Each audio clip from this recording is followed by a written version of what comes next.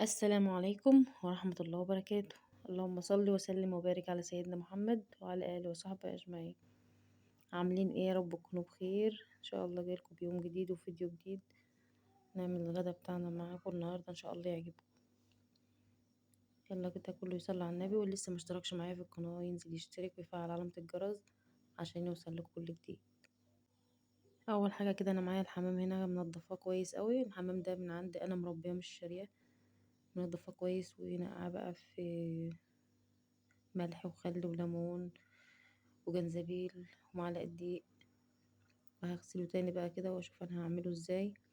انا عملته قبل كده برز بالكبد والقوانص. المرة دي انا هعمله كده بالبصل بس، طريقة مختلفة شوية. هغسله كده كويس كمان مرة كده.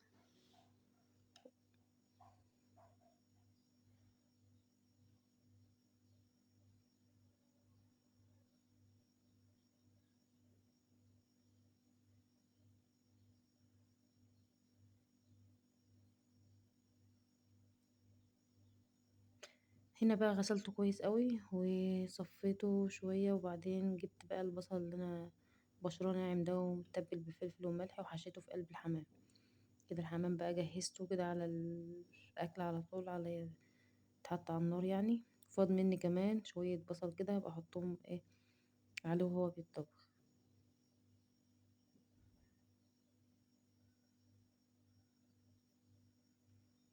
جبت بقى كده معايا حلة على النار. البوتاجاز عشان كان مبلول مش راضي يولع حلو، عشان انا كنت غسلاه الاول. هظبط النار بتاعتي كده الاول وبعدين هشوف.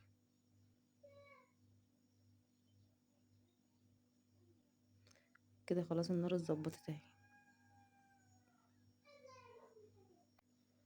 هنحط بقى معلقتين زيت.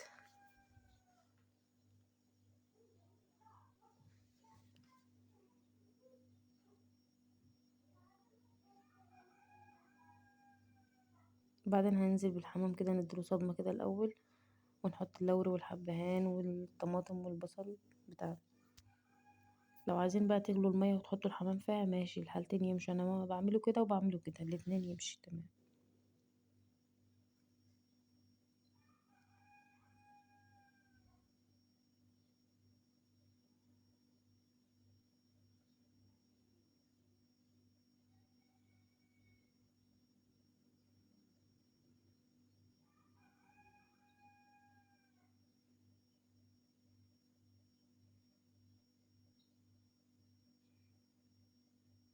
حطيت بقى الكبد والقوانص، وحطيت بقية البصل اللي فاض معايا واللوري والحبهان والطماطم والبصل.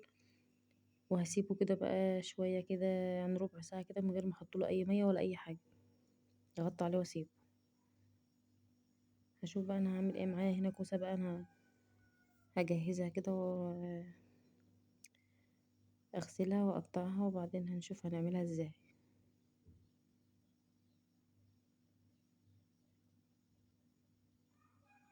هنا خلاص بقى سيبته كده ربع ساعة بالظبط. هبدأ بقى احطله المية بتاعته.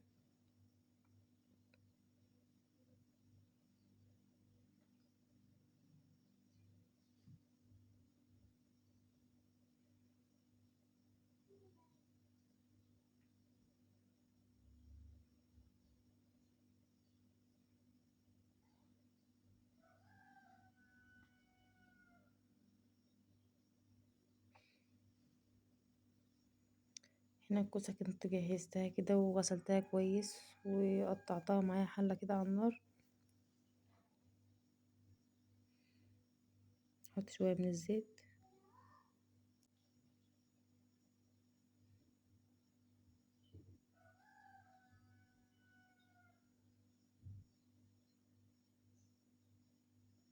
احط بقى معلقة كبيرة من الثوم المفروم.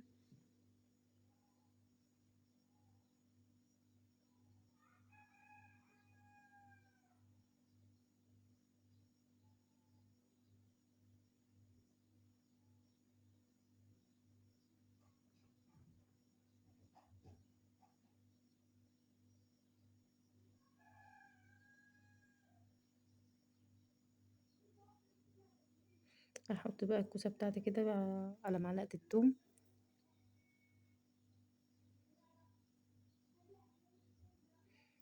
في ناس بقى بتحط الطماطم هي الاول وما تتسبك تنزل بالكوسه. انا بفضل الطريقه دي احلى من التانية بكتير. انا بقى بحط العكس. مش عارفه في ناس بتعملها زي كده ولا لا. هقلبها كويس وبعدين انا عامله لها بصلتين كده مبشورين. اللي لسه بيتابعني بقى وما عملش مشترك للقناه، يا ريت يشترك في القناه ويفعل الجرس. واللي يشوف الفيديو يا ريت يعمل لايك. هنا حطيت البصل بقى،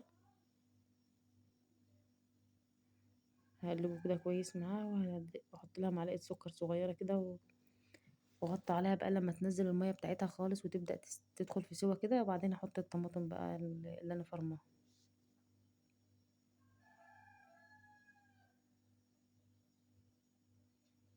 دي معلقة السكر بقى حطيتها.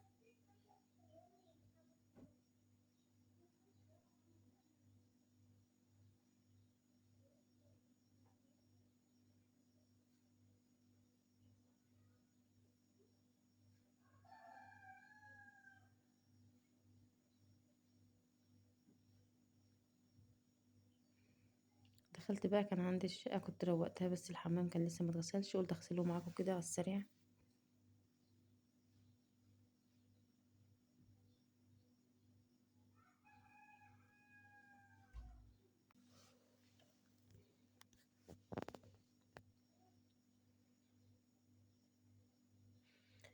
هو يوميا يوميا لازم ياخد كده غسلة على السريع، وكل اسبوع بياخد غسلة بقى نضيفة. هنا كنت غسلت كمان البانيو والحنفية بتاعته، وببدأ بقى اغسل في الارض كده كويس.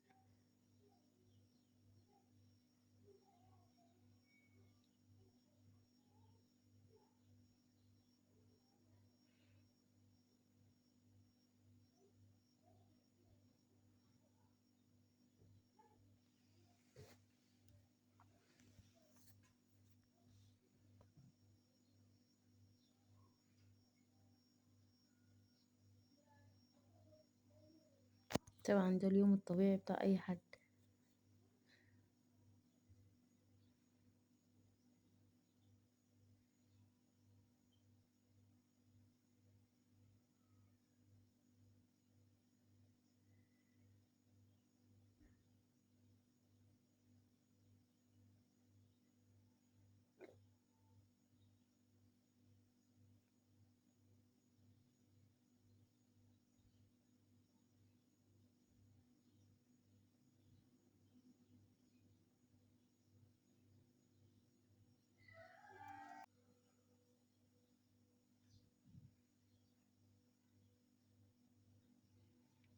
ببدأ بقى انشف في الحمام بعد ما شطفته كويس.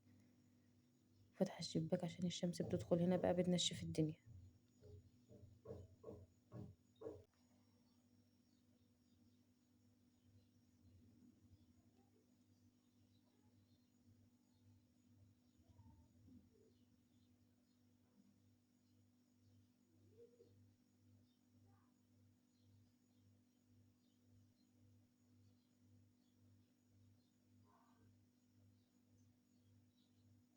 نشفته كويس وسبته لما ينشف شوية وهرجع اوريهولكوا تاني. هنا بقى دخلت كده بشوف الكوسة لقيتها نزلت المية بتاعتها خالص زي ما قلتلكم اهي. بتستوى كده في عرقها بتبقى طعمها حلو، وبعدين احط لها الطماطم بقى اللي انا فرماها.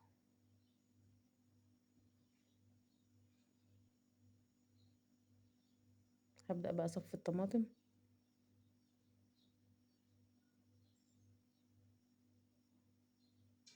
خلاص صفيتها بقى، احط لها البهارات والملح واسيبها بقى لما تستوي خالص براحتها.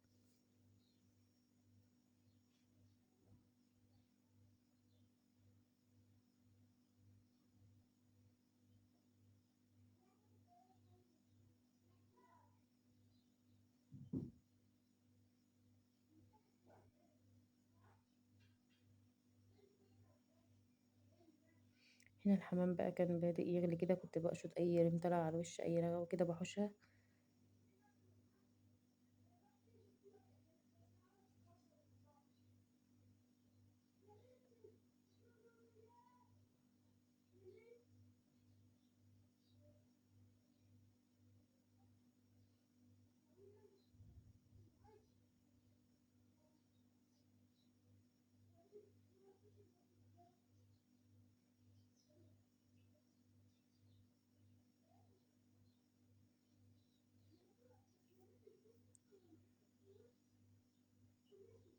هنا الحمام بقى بعد ما نشف نور وبقى شكله ما شاء الله.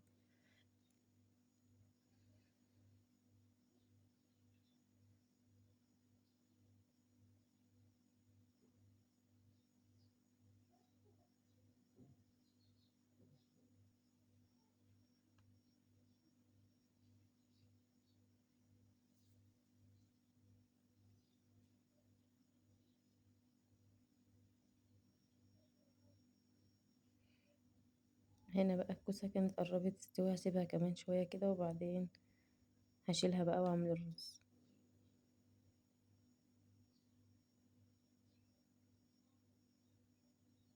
والحمام كان لسه بدري عليه شوية.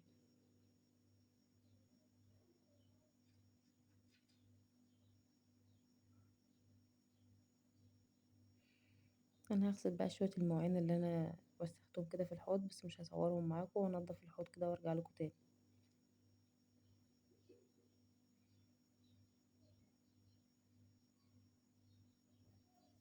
خلصت كده المواعين وشطبت الحوض، كانوا شوية صغيرين قلت اغسلهم بقى عما الاكل يخلص. غسلتهم وسبتهم هنا كده، وبعدين هحط كل حاجة في مكانها بقى.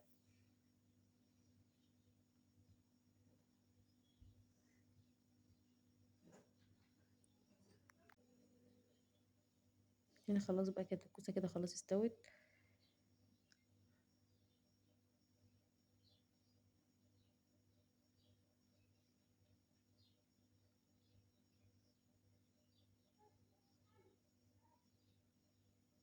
والحمام كمان كان خلص كده تمام. هطلعه بقى من الشوربة بتاعته، شوف الشوربة لونها عامل ازاي ما شاء الله. وهحط بقى كده حمره.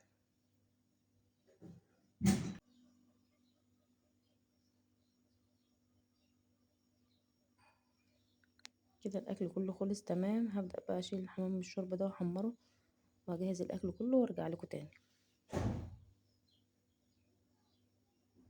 كنت بوريكم الكوسة اللي هي مستوية وجميلة، وجربوها بالطريقة دي هتعجبكم اوي.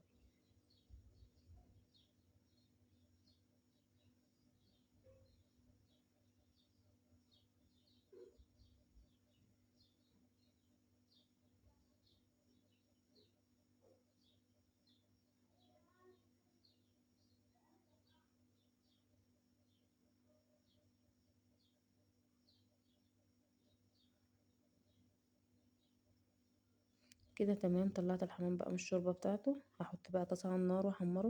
لو عايزين تحمروه في الفرن ممكن عادي يتحمر في الفرن.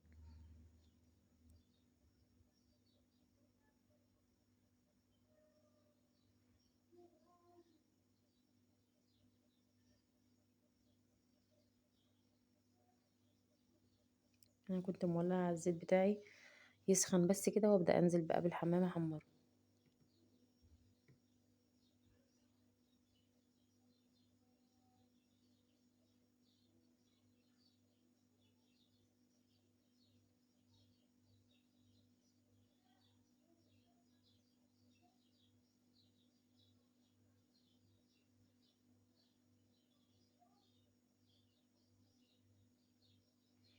انا بقى بدأت احمر في الحمام، وكنت ولعت على الرز كمان.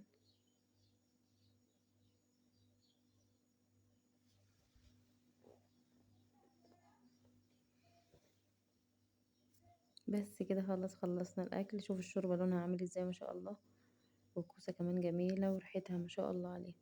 وكمان جهزت الرز بقى، وحطيت الليمون كده، وخلصت الحمام. ايه رأيكم في الفيديو الحلو ده؟ ما تنسوش تعملوا لايك للفيديو، ما تنسوش التشجيع الحلو بتاعكم والتعليقات بتاعتكم الجميلة.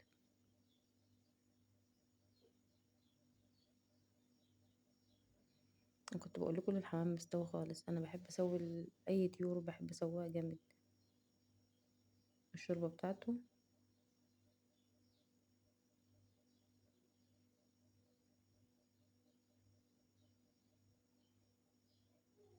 يلا يا جماعة، ما تنسوش اللايك والاشتراك وتفعلوا الجرس عشان يوصلكوا كل جديد. اشوفكم على الف خير. مع السلامة.